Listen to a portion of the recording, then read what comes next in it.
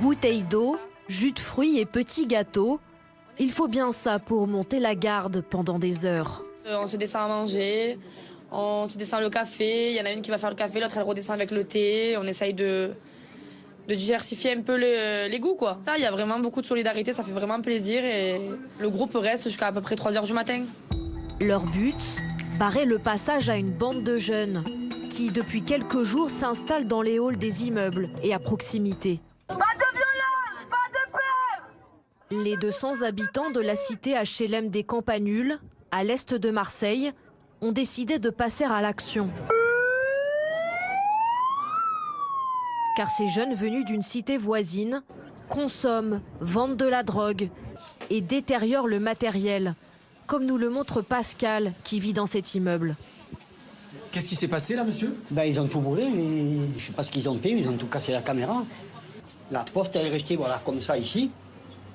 Et tout le monde rentrait, sortait, faisait leur trafic. Ils ont installé des chaises, de tout là-dedans. Les habitants craignent que l'arrivée des dealers dégrade ce quartier familial où les HLM ont été rénovés récemment. On ne peut plus sortir de chez nous, tranquille, on nous crache dessus, on nous met des mégots dans les boîtes à lettres, et on se fait insulter. C'est des enfants, c'est des jeunes? C'est des jeunes, il y a peut-être des mineurs, il y a beaucoup d'adultes sans doute, mais ils sont cagoulés. Des locataires à bout qui veulent éviter la ghettoisation de leur résidence, comme cela s'est produit dans d'autres quartiers de Marseille. Sur ces images, on voit par exemple des barricades installées par des dealers pour empêcher la police de s'approcher. Alors dans la résidence des Campanules, on veut tenir bon, malgré le risque des représailles. Ils font des petits passages en voiture, à pied, en moto, en trottinette pour nous impressionner un petit peu, mais ça marche pas, on reste là. Donc vous dites qu'à la moindre moment de relâche, ça peut revenir fort, quoi. Oui, on pense qu'ils pourraient revenir. De toute façon, on les voit tourner dans le quartier. Tu as vu, les voitures, ils arrivent par ici. Toutes les voitures, ils arrivent par ici. Les petites mains du trafic, ce sont eux, les guetteurs. Nous les avions filmés il y a 2 ans dans cette autre cité marseillaise. De très jeunes silhouettes, cachées sous une capuche, une cagoule ou des lunettes de soleil. Ils sont les yeux et les oreilles du réseau. Moi, je suis guetteur. Et ça consiste à quoi, votre job? Assis, debout, ce que vous voulez. Tant que tu es à ton poste, tu restes à l'affût, tu cries quand il y a la police, c'est bon.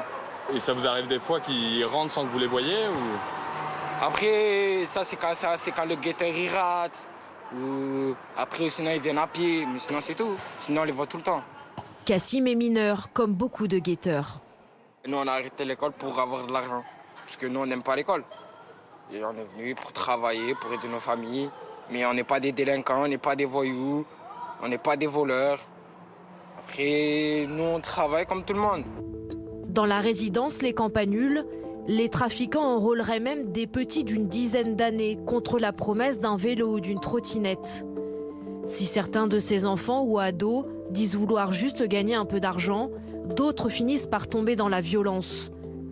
C'est pourquoi le maire d'arrondissement demande aux habitants de cesser leur action. Je disais depuis hier aux habitants, ce n'est pas à vous de vous défendre puisque ces jeunes de 16-17 ans n'ont plus de filtre et de frein, donc ça peut déraper du jour au lendemain.